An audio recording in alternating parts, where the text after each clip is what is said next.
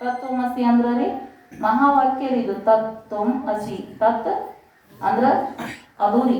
ತತ್ ಅಂದ್ರ ಅದು. ತ್ವಮ್ ಅಂದ್ರ ರೀ ನೀನು. ತ್ವಮ್ ಅಂದ್ರ ನೀನು. ಅಸಿ ಅಂದ್ರ ಇದ್ದಿ.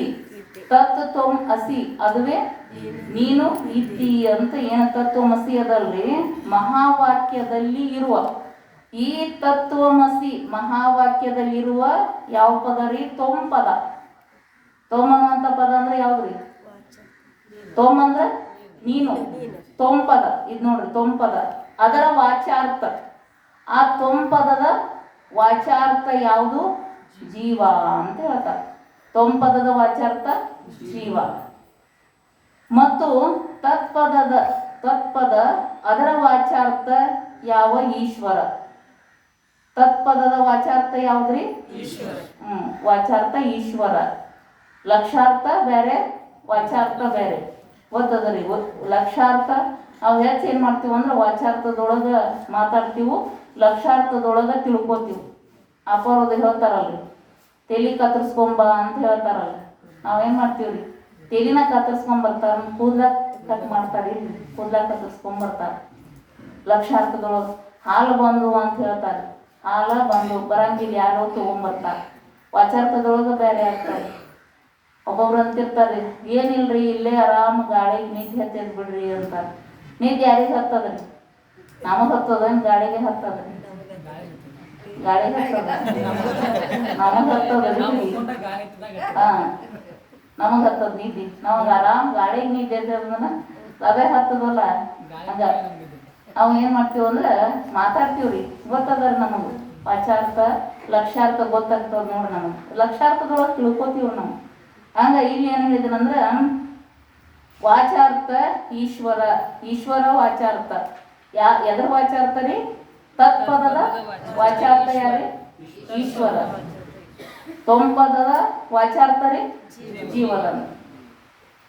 ಈರ್ವರ ಇವರಿಬ್ಬರದು ಉಪಾಧಿಯಾಗಿರುವ. ಅವರಿಬ್ಬರದು ಉಪಾಧಿ ಯಾವುದದ ರೀ? ಪ್ರಪಂಚ ಅದ ರೀ. ಅವರಿಬ್ಬರು ಉಪಾಧಿಯಾಗಿರುವ ಯಾವ ಪ್ರಪಂಚ ಇರುವುದು ಅದನ್ನು ಉಪಾಧಿ ಅಂದ್ರೆ ಸ್ವರೂಪೇ ಮತ್ತು ಸ್ವರೂಪೇ ಅಪ್ರವಿಷ್ಟತ್ವೇ ಸತಿ ಇತರ ಪದಾರ್ಥ ವ್ಯಾವರ್ತಕತ್ವ ಉಪಾಧಿತ್ವಂ ಅಂತ ಹೇಳ್ತಾರಲ್ಲ. ಸ್ವರೂಪದಲ್ಲಿ ಅದು ಪ್ರವೇಶ ಆಗಿರಬಾರ್ದು, ಬೇರೆ ಪದಾರ್ಥಗಳು ತಿಳಿಸ್ಬೇಕ್ರಿ, ಅದಕ್ಕೆ ಉಪಾಧಿ ಅಂತ ಹೇಳ್ತಾರೆ. ಈ ಇರುವರ ಉಪಾಧಿ ರೀ ಅದು ಯಾವುದದ ರೀ? ಪ್ರಪಂಚ ಅದ ರೀ. ಈ ಪ್ರಪಂಚ ಹೆಂಗೈತೆ ಅಂತ ತಿಳ್ಕೊಬೇಕು ಅಂತ ಕೇಳಿದ್ರೆ ಹಗ್ಗದಲ್ಲಿ ತೋರುವ ಹಾವಿನಂತೆ ಅಂದು. ಹಗ್ಗದೊಳಗೆ ಹಾವು ತೋರ್ತದೆ. ನಾವು ಬರಾಕತ್ತಿರ್ತೀವ್ರಿ, ಮಂದ ಅಂಧಕಾರ ದೋಷ ಇರ್ತದ. ಅದ್ರೊಳಗೆ ಪೂರ ಸ್ಪಷ್ಟವಾಗಿ ನಮಗೆ ಹಗ್ಗೋ ಏನು ಹಾವು ಅಂತ ಗೊತ್ತಾಗಲ್ಲ. ಮೊದಲು ಒಂದು ಸಂಶಯ ಜ್ಞಾನ ಆಗಿಬಿಡ್ತದೆ. ಅವಾಗ ಏನಾಗ್ತದ ಅಂದ್ರೆ ಅದು ಹಗ್ಗ ಹಾವ ಅಂತ ಗೊತ್ತಾಗಲ್ಲ, ಹಾವೇ ಅಂತ ಭ್ರಾಂತಿ ಆಗಿಬಿಡ್ತದೆ. ಭ್ರಾಂತಿನೂ ಆಗಿಬಿಡ್ತದೆ. ಹಾವದ ಅಂತ ಇರುವುದೇನದ ರೀ? ಹಗ್ಗದ ರೀ. ಆದ್ರೆ ನಾವು ತಿಳ್ಕೊಳ್ಳೋದೇನು ತಿಳ್ಕೊತೀವ್ರಿ? ಹಾವದ ಅಂತ ಭ್ರಾಂತಿ ಆಗ್ತದೆ. ಅದು ಹಾವು ಕರೆ ಅದನ್ರಿ? ಇಲ್ಲ, ಹಾವು ಕರೆ ಇಲ್ರಿ. ಅದು ಹಗ್ಗದೊಳಗೆ ತೋರೈತ್ರಿ. ಅದು ಹಾವ ಕಡ್ಯಾಕ ಹಾವು ಇತ್ತಂದ್ರೆ ಅದು ಇರ್ತದೆ. ಅದು ಎಲ್ಲಿ ತೋರೈದ್ರಿ? ಅದ ಹಗ್ಗದೊಳಗೆ ಹಾವ ತೋರೈದ್ರಿ. ಅದು ಏನದ ಅಂದ್ರೆ ಕೇಳಿದ್ರೆ ಭ್ರಾಂತಿ ಸುಳ್ಳದ ರೀ. ಅದು ಸುಳ್ಳು ತೋರೈದ್ರಿ. ಅದು ಇಲ್ಲ ಕರೆ ತೋರ್ಯದ ನಮ್ಮ ಬುದ್ಧಿ ಒಳಗೆ. ಇದರಂತೆ ತಿಳ್ಕೊಬೇಕಂತ. ಹಗ್ಗದಲ್ಲಿ ತೋರುವ ಹಾವಿನಂತೆ ಹಾಗೂ ಮೋಟ ಮರದಲ್ಲಿ ತೋರುವ ಪುರುಷನಂತೆ. ಈಗ ಭಾಳ ರೊಕ್ಕಿದ್ವು ಅಂತ ತಿಳ್ಕೊರಿ, ನಮ್ಮ ಅಂತ್ಯಕ್ಕೆ ಬರ್ತಿದ್ರು. ನೀವು ಬರ್ತಿದ್ರಿ, ರೊಕ್ಕ ತೊಗೊಂಡ್ಬರ್ತಿದ್ರಿ. ಭಾಳ ಕತ್ಲಾಗಿತ್ತು. ಕತ್ಲಾದಾಗ ಲೈಟ್ ಇದ್ದಿದ್ದಿಲ್ಲ ರೋಡ್ ಮೇಲೆ.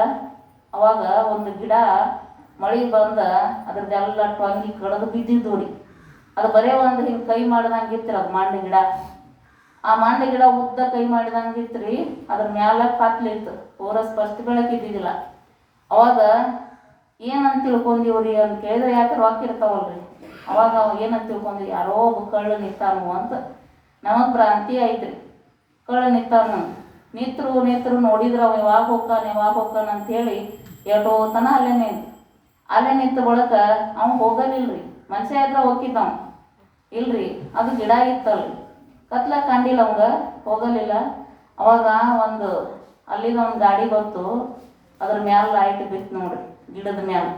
ಅವಾಗ ಏನಂದ, ಗಿಡ ಅದ ಬಿಡು, ಮೊದಲ ಕಳ್ಳ ಅಂತೆ ಕಾಣಿಸ್ತು, ಆದ್ರೆ ಏನಾಯ್ತ್ರಿ ಅದು ಗಿಡ ಅಂತ ಮಂಡ ಗಿಡದೊಳಗ ಪುರುಷನಂತೆ ತೋರಿತು ಕಾಣಿಸ್ತು. ಮತ್ತು ಮರುಭೂಮಿಯಲ್ಲಿ ತೋರುವ ಮೃಗಜಲದಂತೆ, ಮರುಭೂಮಿಯಲ್ಲಿ ತೋರುವ ಮೃಗಜಲ, ಮರುಭೂಮಿ ಒಳಗ ಮೊದಲು ಹೇಳ್ಯಾರಿದ್ನೆಲ್ಲ, ಮರುಭೂಮಿ ಒಳಗ ಮೃಗಜಲ ತೋರ್ತದ್ರಿ. ನೀರು ಹರಿದಂಗೆ ಕಾಣಿಸ್ತದ, ಆದ್ರೆ ಅಲ್ಲಿ ನೀರ ಇರೋದಿಲ್ಲ. ಅವು ಮರುಭೂಮಿ ಒಳಗೆ ಮೃಗಜಲ ಅಂತ ಅಂತಾರಲ್ರಿ, ಮೃಗಗಳು.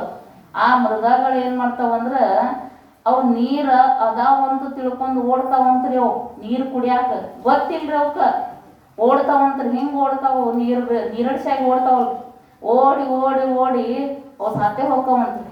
ನೀರು ಇರಂಗಿಲ್ಲ, ಸುಸ್ತಾಗ್ತಾವ್ರಿ ಅಲ್ಲಿ. ಯಾಕೆ ನೀರು ಇರಂಗಿಲ್ಲ, ಅವು ಬರೀ ನೀರು ಹರಿದಂಗ ಕಾಣಿಸ್ತದ. ಇದ್ರೊಳಗ 3 ಉದಾಹರಣೆ ಕೊಡ್ತಾರ ನೋಡ್ರಿ. ಅವ್ರು ಯಾವ್ದು ಕೊಟ್ರಿ? ಮೊದಲ ಹಗ್ಗದಲ್ಲಿ ತೋರುವ ಹಾವು, ಮೋಟ ಮರದಲ್ಲಿ ತೋರುವ ಪುರುಷನಂತೆ, ಆಮೇಲೆ ಮರುಭೂಮಿಯಲ್ಲಿ ತೋರುವ ಮೃಗಜಲದಂತೆ. ಈ ಪ್ರಪಂಚ ಏನದ ಅಂತ ತಿಳ್ಕೋರಿ ಅಂತಂದ್ರು, ತೋರುವ ಪ್ರಪಂಚ ಮಿಥ್ಯೆಯಾಗಿದೆ ಅಂತ ಹೇಳಿದರು. ಈಗ ನೋಡ್ರಿ, ಮರುಭೂಮಿ ಒಳಗ ಇದು ಹಗ್ಗದಲ್ಲಿ ತೋರುವ ಹಾವು ಒಂದೇ ಕೊಡ್ಬೇಕಾಗಿತ್ತಲ್ರಿ ಅವರು. ಇವೆರಡು ಕೊಟ್ರು ನೋಡ್ರಿ. ಮತ್ತೆ ಒಂದೇ ಕೊಟ್ರೆ ಮಿಥ್ಯ ಅಂತ ತಿಳ್ಕೊಬೇಕಾಗಿತ್ತು ರೀ. ಮರುಭೂಮಿ ಒಳಗ ಇದು ಈ ಹಗ್ಗದಲ್ಲಿ ತೋರೋ ಹಾವು ಅಂತಂದ್ರೆ ನಡೀತಿತ್ತು ರೀ. ಆದ್ರೆ ಮತ್ತೆ ಇನ್ನೊಂದು ಕೊಟ್ರು, ಯಾವ್ದ್ರಿ? ಮಂಡ ಗಿಡದೊಳಗ ಪುರುಷ ಅಂತ ಕೊಟ್ರು. ಆದ್ರೆ ಅದು ಒಂದು ಕೊಟ್ಟು ಬಿಡ್ಲಿಲ್ಲ, ಮಾತ್ರ ಮರುಭೂಮಿ ಒಳಗ ಮೃಗಜಲ ಅಂತ ಕೊಟ್ರು. ಅದಕ್ಕೆ ಇದು 3 ಯಾಕೆ ಉದಾಹರಣೆ ಕೊಟ್ರಿ? 2 ಕೊಡ್ಬೇಕಾಗಿತ್ತಲ್ರಿ. ಯಾಕೆ 3 ಕೊಟ್ರು ಅಂದ್ರೆ ಅದ್ರೊಳಗೆ 2 ಉದಾಹರಣೆ ಏನಾಗ್ತದ್ರಿ? ಅದು ಈಗ ಹಗ್ಗದೊಳಗ ಹಾವ ಏನಾಗ್ತದ್ರಿ? ಹಗ್ಗದ ಜ್ಞಾನ ಆದ ಕೂಡಲೇ ಹಾವ ಹೋಗ್ತದ್ರಿ. ಹಾವು ಹೋಗ್ತದಿಲ್ರಿ? ಹೋಗ್ತದ್ರಿ. ಅದು ಮತ್ತ ಕಾಣಿಸಂಗಿಲ್ಲ ನಮಗ್. ಒಂದು ಸಲ ಹಗ್ಗದ ಜ್ಞಾನ ಆಯ್ತಂದ್ರೆ ಮತ್ತೆ ಮಳೆ ಹಾವನ್ ತೋರ್ತದ. ಮತ್ತೆ ಈ ಪ್ರಪಂಚ ಅದಲ್ರಿ, ಒಂದು ಸಲ ಇದ್ರ ಮಿಥ್ಯ ಅಂತ ಜ್ಞಾನ ಆದ ಬಳಕ ಇದು ತೋರ್ತದಲ್ರಿ. ಮತ್ತ ತೋರ್ತದಿಲ್ರಿ, ಇದು ಮತ್ತ ಹಂಗ ತೋರ್ತದ, ಕಾಣಿಸ್ತದ. ನಮ್ ಮಿಥ್ಯ ಅಂತ ತಿಳ್ಕೊಂಡ್ರು ಏನಾಗ್ತದ? ಕಣ್ಣಿಗೆ ಸತ್ಯವಾಗಿ ಕಾಣಿಸ್ತದ ರೀ. ಅದಕ್ಕ ಅದನ್ನ ಏನಂತ ಕೇಳಿದ್ರಂದ್ರೆ 2 ಉದಾಹರಣೆ ಹೋಗ್ತದ್ರಿ. ಅದು ಅಧಿಷ್ಠಾನ ಜ್ಞಾನದ ಬಳಕ ಹೋಗ್ತದ.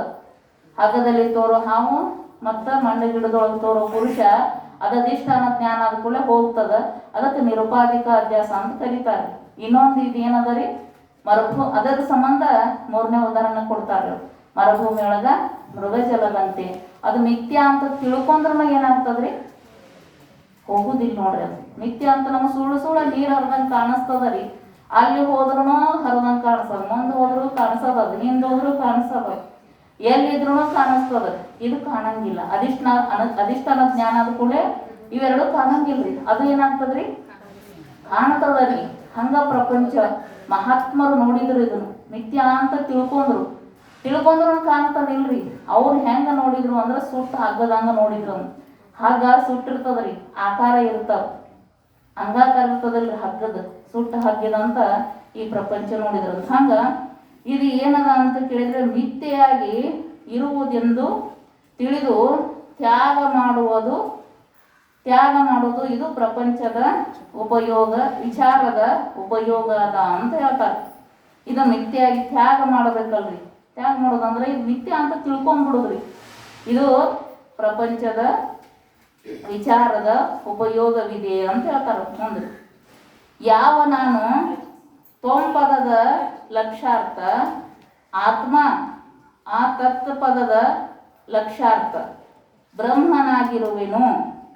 ತೊಂಪದದ ಲಕ್ಷಾರ್ಥ ಏನದರಿ? ತೊಂಪದದ ಲಕ್ಷಾರ್ಥ ಯಾವುದದ? ಆತ್ಮ ಅದ. ತೊಂಪದದ ಲಕ್ಷಾರ್ಥ ಆತ್ಮ. ಮತ್ತ ತತ್ಪದದ ಲಕ್ಷಾರ್ಥ ಬ್ರಹ್ಮನಾಗಿರುವೆನು. ಬ್ರಹ್ಮ ಅಂತ ತತ್ಪದ, ತತ್ ಅಂದ್ರೆ ಅದು ಪದದ ಲಕ್ಷಾರ್ಥ ಯಾವುದದ್ರಿ? ಬ್ರಹ್ಮ ಅಂತ ಹೇಳಿ. ಹೀಗೆ ವಿಚಾರದಿಂದ ಬ್ರಹ್ಮ ಆತ್ಮರ ಏಕತ್ವವನ್ನು ಸತ್ಯವಾಗಿರುವುದನ್ನು ತಿಳಿದು ಉಳಿಯುವುದು. ಅದು ನಾನು ಯಾರು ಇರುವೆನು ಮತ್ತು ಬ್ರಹ್ಮವದು ಏನಿದೆ ಎಂಬ ವಿಚಾರದ ಉಪಯೋಗ ಅದ ಅಂತ ಹೇಳಿದರು. ಹೀಗೆ ವಿಚಾರದಿಂದ ಬ್ರಹ್ಮಾತ್ಮರ ಏಕತ್ವವನ್ನು, ಬ್ರಹ್ಮ ಮತ್ತು ಆತ್ಮ ಇಬ್ಬರು ಏಕತ್ವ ಅಂದ್ರೆ ಒಂದೇ ಅಂತ ತಿಳಿದರು. ಒಂದೇ ಅಂತ ಮಿಥ್ಯವಾಗಿರುವುದನ್ನು ತ್ಯಾಗ ಮಾಡೋದು, ಸತ್ಯವಾಗಿರುವುದನ್ನು ತಿಳ್ಕೊಳ್ಳೋದು. ಇದು ಉಳಿಯುವುದು ಯಾವುದಲ್ಲ ಅದು ನಾನು ಯಾರು, ಯಾವುದು ಉಳಿತದಲ್ಲ ಅದು ನಾನು ಯಾರು. ಮತ್ತು ಬ್ರಹ್ಮ ಏನಿದೆ, ವಿಚಾರದ ಉಪಯೋಗ ಇದೇನದಂದ್ರೆ ವಿಚಾರದ ಉಪಯೋಗ ಇದೇ ಫಲ ಅದ ಅಂತ ಹೇಳಿದ್ರು. ಮುಂದೆ ಇದ್ರ ಮೇಲೆ ಟಿಪ್ಪಣಿ ಹೇಳ್ತಾರೆ 3 ಜೀವ ಮತ್ತು ಈಶ್ವರ ಪ್ರಪಂಚ ಅಂತ 3 ಹೇಳಿದರು. ಇದ್ರ ಮೇಲೆ 3 ಟಿಪ್ಪಣಿ ಹೇಳ್ತಾರೆ. ಜೀವ ಅಂದ್ರೆ ಏನು? ಚಿದಾಭಾಸಯುಕ್ತ ಅಂತಃಕರಣ ಸಹಿತ ಕೂಟಸ್ಥ ಚೈತನ್ಯ ಜೀವನ ಸ್ವರೂಪವಾಗಿದೆ ಅಂತ ಹೇಳಿದ್ರು. ಚಿದಾಭಾಸ ಮತ್ತು ಅಂತಃಕರಣ ಸಹಿತ ಕೂಟಸ್ಥ ಚೈತನ್ಯ ಇದಷ್ಟು ಕೂಡಿದ್ದೇನದರಿ ಜೀವ ಅಂತ ಹೇಳಿದ್ರು. 3 ಕೂಡಿದ್ದನ ಜೀವ. ಚಿದಾಭಾಸ ಯುಕ್ತ ಮತ್ತ ಅಂತಃಕರಣ ಸಹಿತ ಕೂಟಸ್ಥ ಚೈತನ್ಯ ಇವು 3 ಕೂಡಿದ್ದ ಏನದ ಅಂತ ಕೇಳಿದ್ರೆ ಜೀವ ಅಂತ ಹೇಳ್ತಾರೆ. ಇನ್ನ ಈಶ್ವರ ಅಂದ್ರ ಚಿದಾಭಾಸಯುಕ್ತ ಮಾಯಾ ಸಹಿತ ಬ್ರಹ್ಮ ಚೈತನ್ಯವುದು ಈಶ್ವರ ಸ್ವರೂಪವಾಗಿದೆ ಅಂತ. ಅದು 3 ಕೂಡಿದ್ರಿ, ಇದು 3 ಕೂಡಿದ್ರಿ. ಚಿದಾಭಾಸಯುಕ್ತ ಮಾಯಾ ಸಹಿತ ಅಲ್ಲಿ ಏನದ ಅಂತ ಕೇಳಿದ್ರೆ ಅಂತಃಕರಣ ಸಹಿತದ, ಇಲ್ಲಿ ಮಾಯಾ ಸಹಿತ ಬ್ರಹ್ಮ ಚೈತನ್ಯ ಈಶ್ವರವಾಗಿದೆ ಅಂತ ಹೇಳ್ತಾರೆ. ಇದು ಈಶ್ವರ, ಅದು ಜೀವ ಅಂತಂದ್ರು. ಪ್ರಪಂಚ ಅಂತಂದ್ರೆ ಏನು? ಪ್ರಪಂಚದ ಮಾತು ಅಲ್ಲೊಂದು ಕೊಟ್ಟರ ಇಲ್ಲೊಂದು ಹೇಳ್ಯಾರ ನೋಡಿ. ಪ್ರಪಂಚ ಅಂದ್ರೆ ಏನು? ಸಮಷ್ಟಿ ಮತ್ತು ವ್ಯಷ್ಟಿ ರೂಪವಾದ 3 ಶರೀರಗಳು, ಪಂಚಕೋಶಗಳು, 3 ಅವಸ್ಥಾದಿ ನಾಮರೂಪಗಳು ಪ್ರಪಂಚವೆನಿಸಿಕೊಳ್ಳುತ್ತವೆ ಅಂತ ಹೇಳಿದ್ರು. ಪ್ರಪಂಚ ಅಂದ್ರೆ ನೋಡ್ರಿ, ಸಮಷ್ಟಿ ಅಂದ್ರೆ ಎಲ್ಲಾರು, ವ್ಯಷ್ಟಿ ಅಂದ್ರೆ ಒಂದೇ ಅಂದ್ರೆ ವ್ಯಷ್ಟಿ ಅಂತ ಹೇಳಿ ರೂಪವಾದ 3 ಶರೀರಗಳು ಸ್ಥೂಲ ಶರೀರ, ಸೂಕ್ಷ್ಮ ಶರೀರ, ಕಾರಣ ಶರೀರ ಅಂತ 3 ಶರೀರಗಳು ಮತ್ತು ಪಂಚಕೋಶಗಳು ಅನ್ನಮಯ ಕೋಶ, ಪ್ರಾಣಮಯ ಕೋಶ, ಮನೋಮಯ ಕೋಶ, ವಿಜ್ಞಾನಮಯ ಕೋಶ, ಆನಂದಮಯ ಕೋಶ ಅಂತ ಪಂಚಕೋಶಗಳು ಅಂತ ಹೇಳಿದ್ರು. ಪಂಚಕೋಶಗಳು ಮತ್ತ ಅವಸ್ಥಾದಿ ಜಾಗ್ರ ಸ್ವಪ್ನ ಸುಸುಪ್ತಿ ಅವಸ್ಥಾದಿಗಳು ಮತ್ತ ನಾಮ ರೂಪಗಳು ತೋರುವಂತ ಇದು ನಾಮ ಅಂದ್ರೆ ಹೆಸರು, ರೂಪ ಅಂದ್ರೆ ಕಾಣಿಸುವುದು, ಅದರ ರೂಪ. ನಾಮ ರೂಪಗಳು ಪ್ರಪಂಚವೆನಿಸಿಕೊಳ್ಳುತ್ತವೆ ಅಂತ ಹೇಳ್ತಾರೆ. ಇದಕ್ಕೇನಂದ್ರು ಪ್ರಪಂಚ ಅಂತ ಕರೀತಾರೆ. ಇದಕ್ಕೆ ಪ್ರಪಂಚ ಅಂತ ಅಂದ್ರು. ವಿಚಾರಕ್ಕೆ ಅಧಿಕಾರಿ ಉತ್ತಮವಾದ ಜಿಜ್ಞಾಸು ಹೀಗೆ ವಿಚಾರ ಮಾಡಲು ಅಧಿಕಾರಿಯಾಗಿರುವನು ಅಂತ ಹೇಳ್ತಾರೆ. ಈ ವಿಚಾರ ಮಾಡಕ್ಕ ಅಧಿಕಾರಿ ಯಾರು? ಈ ವಿಚಾರ ಮಾಡಕ್ಕ ಅಧಿಕಾರಿ ಬೇಕಲ್ರಿ. ಯಾರು ಅಂತ ಕೇಳಿದ್ರೆ ಈ ವಿಚಾರಕ್ಕೆ ಅಧಿಕಾರಿ ಯಾರು ಅಂದ್ರೆ ಉತ್ತಮವಾದ ಜಿಜ್ಞಾಸು ಹೀಗೆ ವಿಚಾರ ಮಾಡಲು ಅಧಿಕಾರಿಯಾಗಿರುವನು ಅಂತ ಹೇಳಿದರು. ಉತ್ತಮವಾದ ಜಿಜ್ಞಾಸು ಅಂದ್ರ ಅವ್ರು 3 ಮಂದಿ, ಉತ್ತಮ, ಮಧ್ಯಮ, ಕನಿಷ್ಠ ಅದಾರಂತ ಉತ್ತಮ ಅಂತ ಹೇಳಿದ್ರು. ಅವ್ರು 3 ಮಂದಿ, ಉತ್ತಮ ಜಿಜ್ಞಾಸು, ಮಧ್ಯಮ, ಕನಿಷ್ಠ ಅಂತ. ಉತ್ತಮ ಜಿಜ್ಞಾಸು ಇರಬೇಕು ಅಂತ ಹೇಳ್ತಾರೆ. ಉತ್ತಮ ಜಿಜ್ಞಾಸು ಇದ್ದವನ ಇದಕ್ಕೆ ಏನದನು ಅಧಿಕಾರಿ ಅದಾನು ಅಂತ. ಹೆಂಗ ಹಸು ಆದವನ ಊಟ ಮಾಡಕ್ ಅಧಿಕಾರಿ ಅಂತ ಹೇಳ್ತಾರಲ್ರ, ಅಧಿಕಾರಿ ಬೇಕಲ್ರಿ. ಅದಕ್ಕೂ ಮನ್ಯಾಗ ಕೂತ್ರ ಆಗಂಗಿಲ್ರಿ. ಇದು ಮನ್ಯಾಗ ಕುಂತು ವಿಚಾರ ಮಾಡಿರ ಆಗಂಗಿಲ್ಲ. ಗುರು ಶ್ರವಣ ಮನ ನಿಧಿಧ್ಯಾಸನ ಎಲ್ಲ ಹೇಳ್ತಾರಲ್ರಿ, ಅದೆಲ್ಲ ಮಾಡಿದಾಗ ಅಧಿಕಾರಿ ಬರ್ತದ್ರಿ. ಅದ್ರೊಳಗೆ ಮೊದಲ ಮಲ ವಿಕ್ಷೇಪ ಹೋಗಿರಬೇಕು, ಒಂದು ಉಳಿದಿರಬೇಕು ಅಧಿಕಾರಿ ಅಂತ ಹೇಳಿದ್ರಲ್ಲ. ಈಗ ಉತ್ತಮವಾದಂತ ಜಿಜ್ಞಾಸು ಮೋಕ್ತುಂ ಇಚ್ಚು ಮುಮುಕ್ಷು ಅಂತ ಹೇಳ್ತಾರೆ.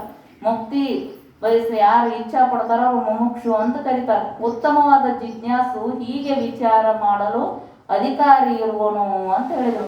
ಉತ್ತಮವಾದ ಜಿಜ್ಞಾಸು ಏನದಾನಂದ್ರೆ ಇದನ್ನ ವಿಚಾರ ಮಾಡಕ್ಕ ಅಧಿಕಾರಿ ಇದಾನು ಅಂತ ಹೇಳ್ತಾರೆ. ಇನ್ನ ಉತ್ತಮವಾದ ಜಿಜ್ಞಾಸು ಆ ಅಧಿಕಾರಿ ಸದ್ಗುರುಗಳ ಕೃಪೆಯಿಂದ ಉಪೋದ್ಘಾತ ಮುಂತಾದ ಪ್ರಕ್ರಿಯೆಯನ್ನು ವಿಚಾರಿಸಿ ನಾನೇ ಬ್ರಹ್ಮನಾಗಿರುವೆನು ಎಂದು ಬ್ರಹ್ಮ ಆತ್ಮರನ್ನು ಅಪರೋಕ್ಷವಾಗಿ ತಿಳಿಯಬೇಕು. ಆ ಅಧಿಕಾರಿ ಯಾರ್ರಿ?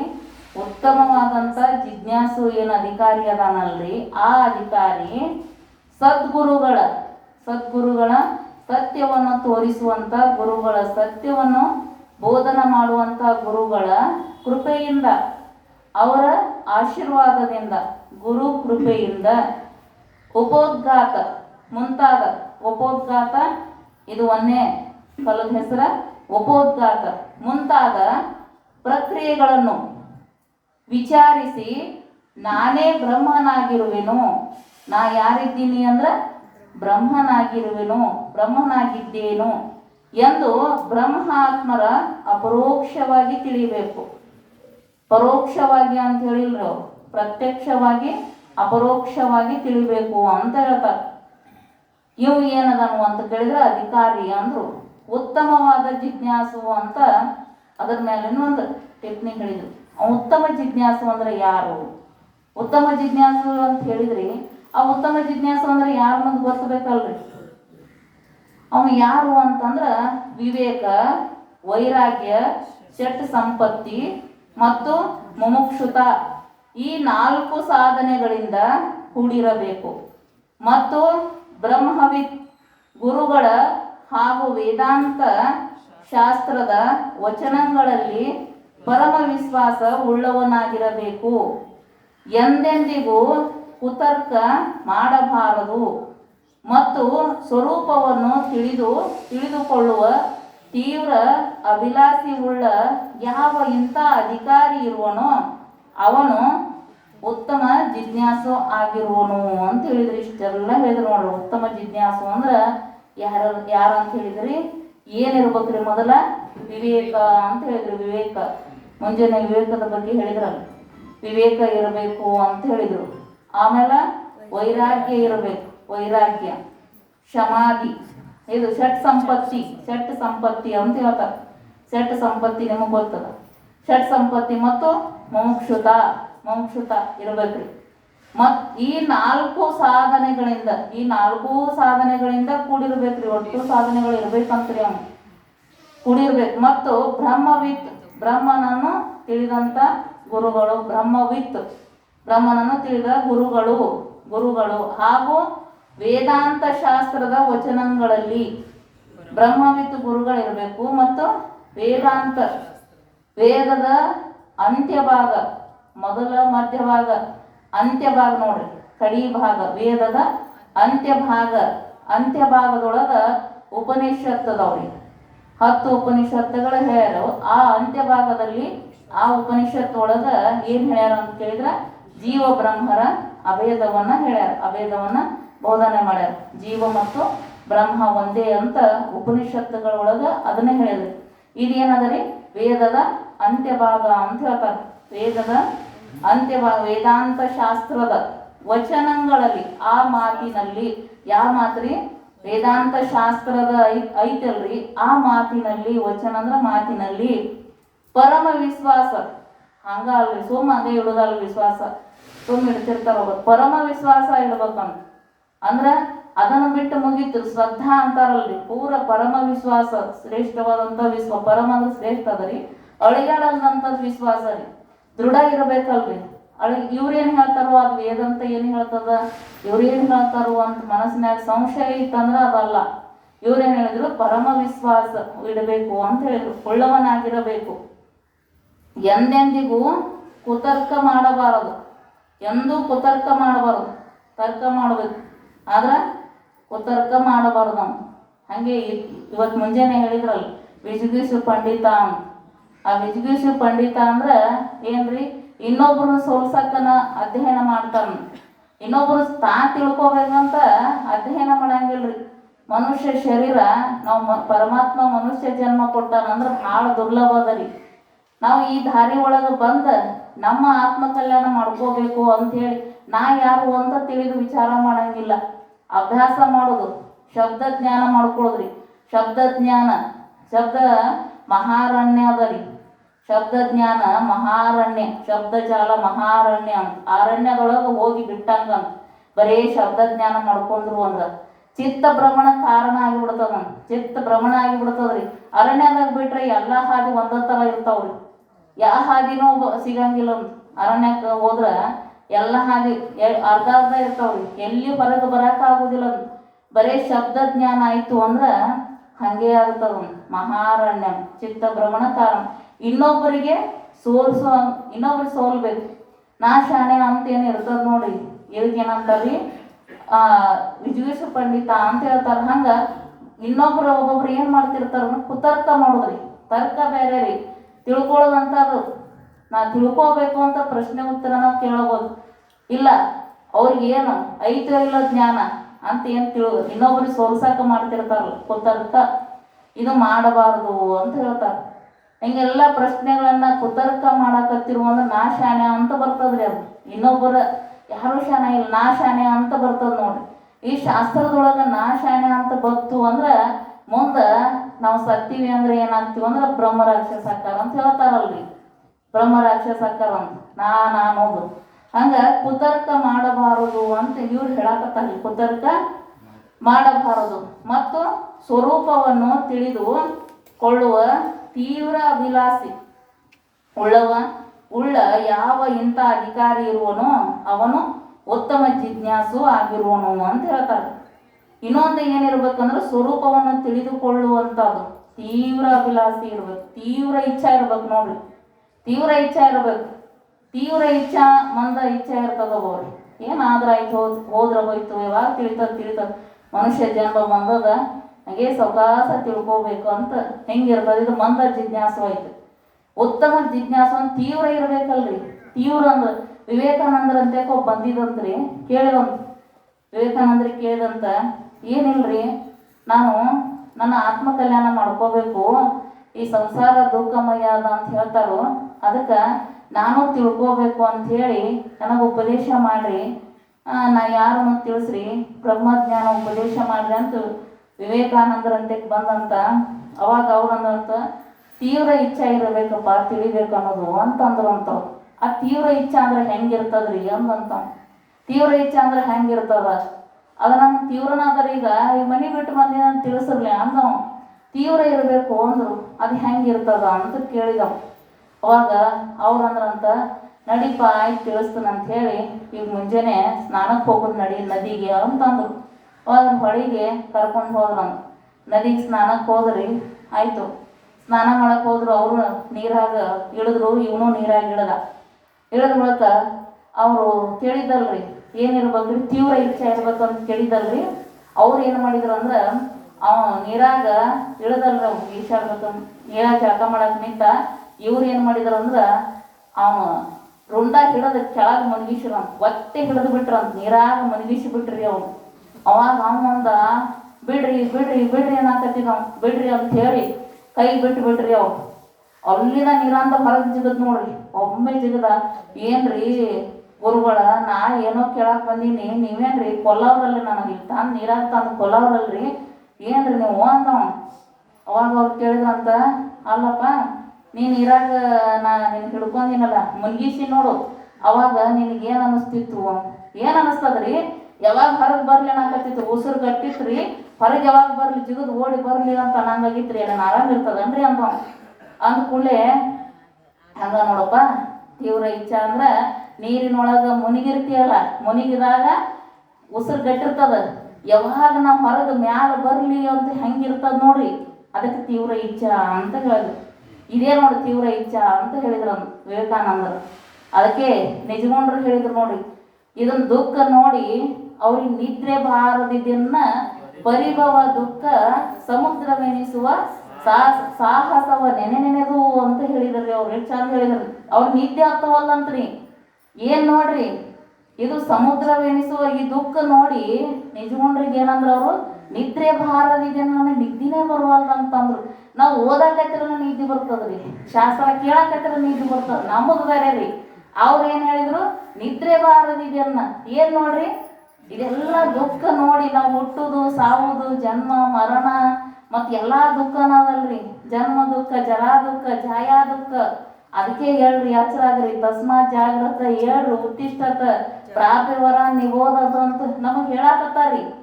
ಯಾರಿ ಮಹಾತ್ಮರು ಹೇಳಕತ್ತಾರ. ನಮಗೇನಾಗ್ತದ ಅಂತ ಕೇಳಿದ್ರ ಸಾಧನ ಮಾಡಾಗ ನೀತಿ ಬರ್ತದ, ಪುಸ್ತಕ ಓದಾಗ ನೀತಿ ಬರ್ತದ, ಕಂಠ ಮಾಡಾಗ ನೀತಿ ಬರ್ತದ, ಅಭ್ಯಾಸ ಮಾಡಾಗ ನೀತಿ ಬರ್ತದ. ಅವ್ರು ನೋಡ್ರಿ ಅವ್ರಿಗೆ ನಮಗೆ ಎಷ್ಟು ವ್ಯತ್ಯಾಸ ಅದ ರೀ.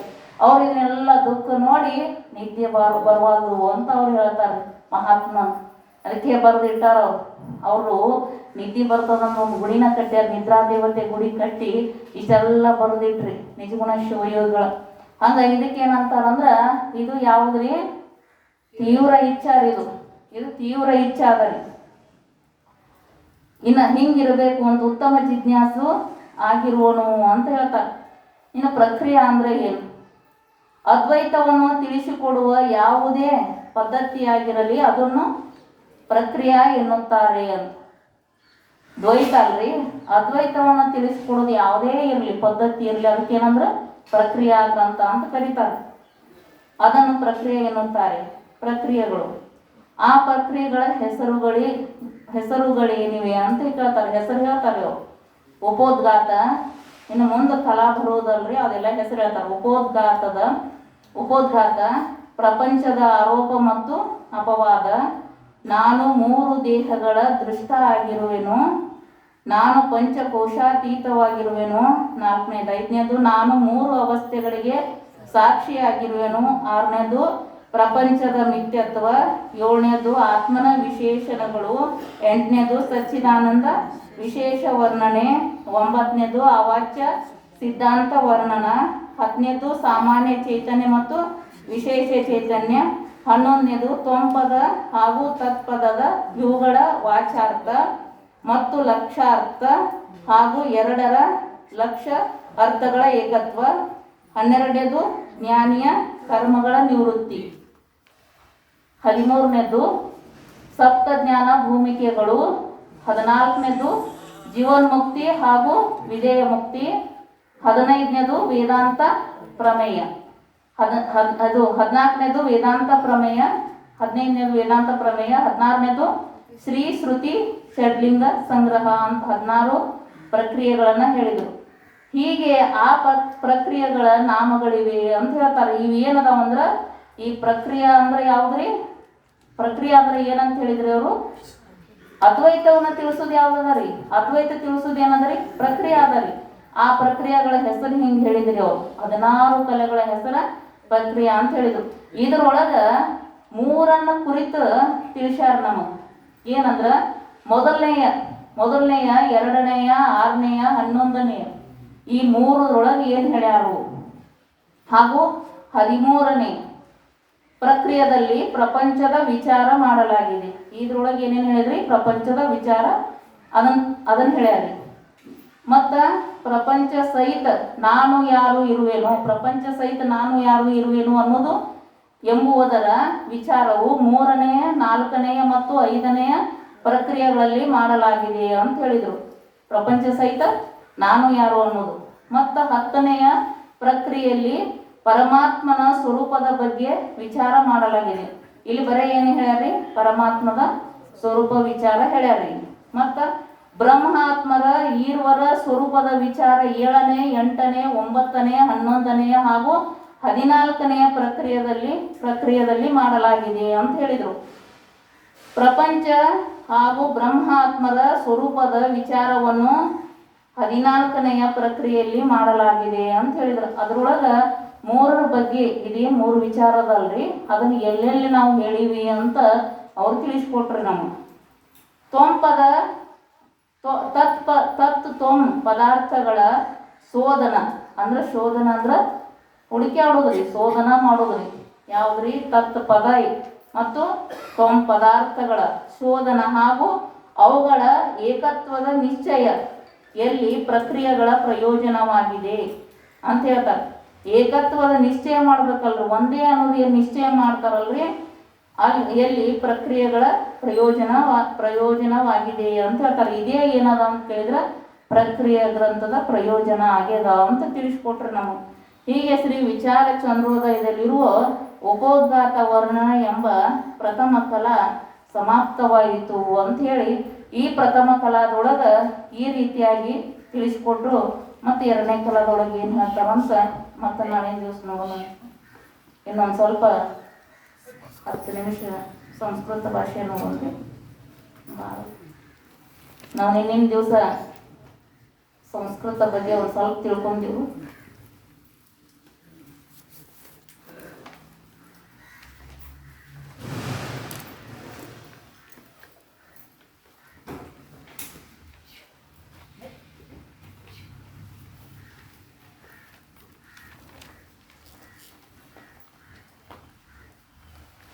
ಸರ್ವನಾಮ ಪದಗಳು ಅಂತ ಬರ್ತಾವ್ರಿ.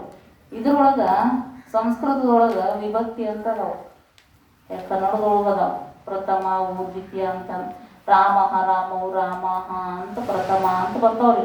ಇದು ವಿಭಕ್ತಿಗಳದಾವ. ಇದ್ರೊಳಗ ಪ್ರಥಮ ವಿಭಕ್ತಿ ಒಳಗ ಏನೇನು ಬರ್ತಾವ ಅಂದ್ರೆ ಸರ್ವನಾಮ ಪದಗಳು ಬರ್ತಾವ. ಎಲ್ಲ ಪದಗಳ ಬರೋದು ಯಾವುದು ವಿಭಕ್ತಿ ಒಳಗ್ರಿ? ಒಂದೇ ವಿಭಕ್ತಿ ಒಳಗೆ ಬರ್ತದೆ, ಪ್ರಥಮ ವಿಭಕ್ತಿ ಒಳಗೆ ಬರ್ತಾವ. ಪ್ರಥಮ ವಿಭಕ್ತಿಗಳೊಳಗ ನಾಮ ಪದಗಳು ಅಂತ ಏಕವಚನ ಅಂದ್ರ ಒಂದು, ಬಹುವಚನ ಅಂದ್ರ ಬಹಳ. ಇದ್ರೊಳಗ ಏನೈತಿ ಅಂತ ಕೇಳಿದ್ರೆ 3 ಹೇಳ್ಯಾರ. ಏಕವಚನ, ಬಹುವಚನ ಎಲ್ಲ ಇಲ್ರಿ. ಕನ್ನಡದೊಳಗ ಏಕವಚನ ಅಂದ್ರ 1, ಬಹುವಚನ ಅಂದ್ರ 2ಕ್ಕಿಂತ ಹೆಚ್ಚು, ಒಟ್ಟು 2, 1ಕ್ಕಿಂತ ಹೆಚ್ಚು ಇದ್ರ ಅವು ಬಹುವಚನ ಆಯ್ತ್ರಿ. ಸಂಸ್ಕೃತದೊಳಗೆ ಹಂಗಲ್ರಿ. ಏಕವಚನ, ದ್ವಿವಚನ, ಬಹುವಚನ ಅಂತ ಹೇಳಿದ್ರು 3 ಹೇಳ್ಯಾರ ಇದ್ರಾಗ. ಏಕವಚನ ಅಂದ್ರ 1, ರಾಮಃ ಅಂದ್ರ ಒಬ್ಬನೇ ರಾಮ ಅಂತ. ಇಬ್ಬರು ಹೇಳ್ಬೇಕಾದ್ರೆ ರಾಮವು ಅಂತ ಬರ್ತದೆ, ಇಬ್ಬರ್ರಿ. ಅವ್ರಿಬ್ಬರದು ದ್ವಿವಚನ ಐತ್ರಿ ಇದ್ರಾಗ. ರಾಮವು ಗಚ್ಚತಃ ಅಂತ ಬರ್ತದೆ, ರಾಮ ಇಬ್ಬರು ಹೋಗ್ತಾರೆ ಅಂತ ಬರ್ತದೆ, ದ್ವಿವಚನ ಅದ. ಇನ್ನ ಬಹುವಚನ 3 ಮಾಡಿದ್ರಿ. ಇದ್ರೊಳಗ ನಾವು ದ್ವಿವಚನ ಬಿಟ್ಟು ಈಗ ಏನ್ ಮಾಡೋದ, ಏಕವಚನ ಮತ್ತು ಬಹುವಚನ ಸ್ವಲ್ಪ ನೋಡೋಣ. ಏಕವಚನ ಮತ್ತು ಬಹುವಚನ. ಬಾಲಕಃ ಅಂದ್ರ ಬಾಲಕನು, ಹುಡುಗನು ಅಂತ. ಬಾಲಕರು ಅನ್ನಕ್ರಿ, ಬಾಲಕಾಹ ಅಂದ್ರ ಹುಡುಗರು ಅಂತ. ಆಮೇಲೆ ಸೀತಾ ಅಂದ್ರ ಸೀತೆಯು, ಸೀತಾಹ, ಸೀತೆಯರು ಬಹಳ ಮಂದಿ ಇರ್ತಾರಲ್ಲ ಅವ್ರಿಗೇನಂತಾರ ಸೀತಾಹ ಅಂತ ಕರೀರಿ. ಈಗ ಜನನಿ ಅಂದ್ರ ತಾಯಿ, ಜನನಿ ಅಂದ್ರ ತಾಯಿ. ಬಹಳ ಮಂದಿ ತಾಯಂದಿರು ಅಂತೀವಲ್ಲ ನಾವು, ಬಹಳ ಮಂದಿ ಇದ್ದಾಗ ಏನಂತೀವಿ ಜನನ್ಯ. ಜನನ್ಯ ಅಂದ್ರ ತಾಯಂದಿರು ಅಂತ ಕರ್ತಾನೆ, ಬಹಳ ಮಂದಿ ಇದ್ರ. ಇದು ಸ್ತ್ರೀಲಿಂಗ ಆಯ್ತು. ಆಮೇಲೆ ಬಾಲಕ ಪುಲ್ಲಿಂಗ ಆಯ್ತು. ಸ್ತ್ರೀಲಿಂಗ 2 ಪ್ರಕಾರದವು. ಇನ್ನ ನಪುಂಸಕಲಿಂಗ. ಪುಸ್ತಕಂ ಒಂದೇ ಐತ್ರಿ, ಪುಸ್ತಕಂ. ಪುಸ್ತಕ ಅಂದ್ರ ಬಹಳ ಇದ್ವು ಅಂದ್ರ ಪುಸ್ತಕಾನಿ, ಪುಸ್ತಕಗಳು ಅಂದ್ರ ಪುಸ್ತಕಾನಿ ಅಂತ ಕರೀತಾರ. ಸಹ ಅಂದ್ರ ಮನೆ ಹೇಳಿನ್ರಿ, ಯಾರು ನೆನಪದರಿ? ಸಹ ಅಂದ್ರ ಏನ್ರಿ? ಸಹ ಅಂದ್ರ ಅವನು. ಸಹ ಅಂದ್ರ ಅವನು. ಅವರು ಅನ್ನಕ್ ಬೇಕಲ್ರಿ, ಅವರು. ಸಹ ಅಂದ್ರ ಅವನು ಐತ್ರಿ. ಅವರು ಅನ್ಬೇಕಲ್ರಿ. ಅವರು ಅನ್ನಕ್ ಏನಂತಾರ? ತೇ ಅಂತ ಕರೀತಾರ. ತೇ ಅಂದ್ರ ಅವರು, ಸಹ ಅಂದ್ರ ಅವನು. ಇವನು, ಇವನು ಅನ್ನಕ ಏಷಃ, ಇವರು ಅನ್ನಕ ಏತೆ. ಸುಮ್ಮಂಗ ಶಬ್ದ ಜ್ಞಾನ ಇರಲಿ. ಏತೆ ತಿಳಿಲಿ ಬಿಡ್ಲಿಕ್ಕೆ ಕೇಳೋದು. ಏತೆ ಅಂದ್ರ ಇವರು. ಭವಾನ್ ಅಂದ್ರ ಭವಾನ್ ಅಂತಾರಲ್ಲ, ಭವಾನ್ ಅಂದ್ರ ನೀನು, ಭವಾನ್ ಅಂದ್ರ ನೀನು. ಭವಂತಹ ಅಂದ್ರ ನೀವು, ನೀವೆಲ್ಲರೂ. ಅಹಂ ಅಂದ್ರ ರೀ, ಎಲ್ಲರಿಗೂ ಗೊತ್ತದ ಇದು. ಅಹಂ ಅಂದ್ರ ನಾನು. ನಾವು ಅನ್ನಕ ಅಹಂ ಅನ್ನೋದೊಂದು ಗೊತ್ತದ್ರಿ, ಶಾಸ್ತ್ರದಾಗ ಅಹಂ ಬ್ರಹ್ಮಾಸ್ಮಿ ಅಂತ ಬರ್ತದೆ. ನಾವು ಅಂದ್ರ ವಯಂ, ವಯಂ ಅಂದ್ರ ನಾವು, ವಯಂ ಅಂದ್ರ ನಾವು. ಕಹ ಅಂದ್ರ ಯಾವನು. ಕೆ ಅಂದ್ರ ಯಾರು, ಕೆ ಅಂದ್ರ ಬಹುವಚನ ಯಾರು. ಸಾ ಅಂದ್ರ ಅವಳು, ತಾಹ ಅಂದ್ರ ಅವರು. ಭವತಿ ಅಂದ್ರ ನೀನು, ಭವತಿ ಅಂದ್ರ ನೀನು ಅಂದ್ರ ಹೆಣ್ಮಕ್ಳಿಗೆ. ಹೆಣ್ಮಕ್ಳಿಗೆ ಬೇರೆ ಬರ್ತದ. ಭವಾನ್ ಅಂದ್ರ ನೀನು, ಗಂಡ್ಮಕ್ಳಿಗೆ ಬರ್ತದ್ರಿ. ಭವತಿ ಅಂದ್ರ ಹೆಣ್ಮಗಳು, ನೀನು ಅಂತ ಬರ್ತದ. ಭವತ್ಯಃ ಅಂದ್ರ ಬಹುವಚನ, ಭವತ್ಯಃ ಅಂದ್ರ ಬಹುವಚನ, ನೀವು ಅಂತ ಹೆಣ್ಮಕ್ಳಿಗೆ. ಅಹಂ ನಾನು, ವಯಂ ನಾವು. ಕ ಅಂದ್ರ ಯಾವಳು, ಕಾಹ ಅಂದ್ರ ಯಾರು, ಏತತ್ ಏತತ್ ಅಂದ್ರ ಗೊತ್ತದರಿ? ಏತತ್ ಅಂದ್ರ ಇದು. ಏತತ್ ಅಂದ್ರ ಇದು. ಅದು ಅನ್ನಕ ಅದು ಅಂದ್ರ ಇದು ಅಂದ್ರ ಅದು ಬರ್ತದ್ರಿ ಶಾಸ್ತ್ರನಾಗ. ಅದು ಅನ್ನಕ ಏನಂತಾರೆ? ನಪುಂಸಕಲಿಂಗ ಅದರಿ ಅದು. ಅದು ಅದು ಅಂದ್ರೆ ಏನ್ರಿ? ಇದು ಅಂದ್ರ ಏತತ್. ಏತತ್ ಅಂದ್ರೆ ಇದು ರೀ. ಅದು ಅಂದ್ರ ತತ್. ಇದು ತನ ಬಂತಲ್ರಿ ತತ್. ತತ್ ಅಂದ್ರ ಅದು. ತತ್ ಏತತ್ ಅಂದ್ರ ಇದು. ಏತತ್ ಅಂದ್ರ ಇದು. ತತ್ ಅಂದ್ರ ಅದು.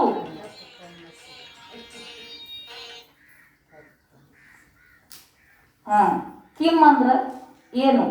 ಕಿಮ್ ಅಂದ್ರ ಏನು? ಕಾನಿ ಅಂದ್ರ ಯಾವುವು? ಅಸ್ತಿ ಅಂದ್ರ ಅಸ್ತಿ ಅಂದ್ರ ಅದ, ಐತಿ, ಅದ ಎಲ್ಲ ಅಸ್ತಿ. ಬಹುವಚನ ಅಸ್ತಿ ಅಂದ್ರ ಸಂತಿ ಅಂದ್ರ ಇವೆ ಅಂತ ಬಹುವಚನ. ಆಸೀತ್ ಆಸೀತ್ ಅಂದ್ರ ಇದ್ದನು. ಆಸನ್ ಇದ್ದರು. ಅಸ್ಮಿ ಆಸ್ಮ ಇದ್ದೇನು. ಸ್ಮಹ ಅಂದ್ರ ನಾವು ಇದ್ದೆವು. ಸ್ಮಹ ಅಂದ್ರ ನಾವು ಇದ್ದೆವು. ಆಸಂ ಅಂದ್ರ ಇದ್ದೆನು. ಆಸ್ಮ ಅಂದ್ರ ಇದ್ದೆವು ಅಂತ ಬರ್ತದೆ. ಇವು ಈ ಕೇಳಂಗಿಲ್ಲ, ಮುಂದೆ ತಿಳಿತಾವ. ಸುಮ್ಮ ಶಬ್ದ ಜ್ಞಾನ ಹೇಳಿದೆ.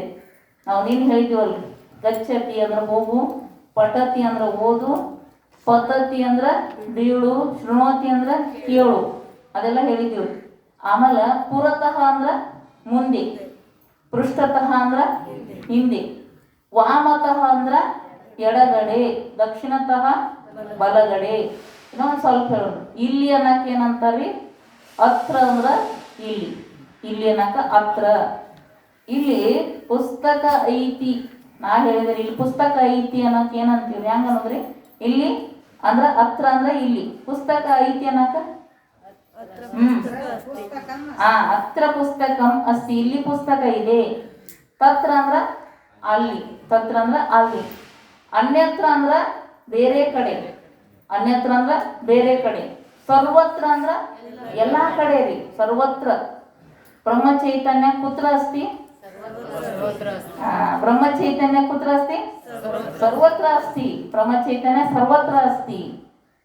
ಅಹಂ ಅತ್ರ ಅಸ್ಮಿ. ಅಹಂ ಅತ್ರ ಅಸ್ಮಿ. ನಾ ಇಲ್ಲದಂದ್ರೆ ಇಲ್ಲಿ ಅದು. ಅಹಂ ಅತ್ರ ಅಸ್ಮಿ. ಬ್ರಹ್ಮ ಚೈತನ್ಯ ಸರ್ವತ್ರ ಅಸ್ತಿ. ಸರ್ವತ್ರ ಅಸ್ತಿ. ಸರ್ವತ್ರ.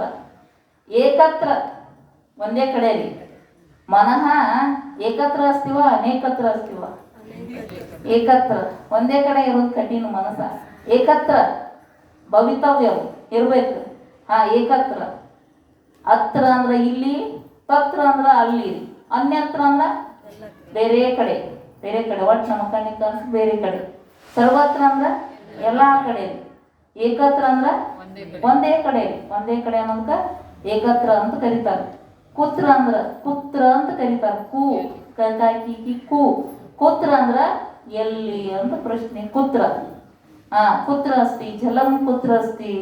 ಜಲಂ ನೀರ್ ಎಲ್ಲವು. ಮಂದಿರಂ ಕುತ್ರ ಅಸ್ತಿ? ಮಂದಿರ ಎಲ್ಲದ? ಶಿಬಿರಂ ಕುತ್ರ ಅಸ್ತಿ? ಶಿಬಿರಂ ಭಗವತ್ ಚಿಂತನ ಸಾಧನ ಶಿಬಿರಂ ಕುತ್ರ ಅಸ್ತಿ? ಸಿದ್ಧಾರೂಢ ಮಠೆ ಅಸ್ತಿ. ಸಿದ್ಧಾರೂಢ ಮಠೆ ಅಸ್ತಿ. ಶಿಬಿರಂ ಸಿದ್ಧಾರೂಢ ಮಠೆ ಅಸ್ತಿ. ಅಸ್ತು ಪುನಃ ಸ್ವಭಾವಧಾಮ ನನ್ನೆರಡು ತುಲನು ಸದ್ಗುರುನಾಥನಿಂದ ಭಕ್ತಿಸಿ ಮುಕ್ತಾಯ ಮಾಡ್ತೇನೆ. ಹರ ಓಂ ತತ್ಸತ್.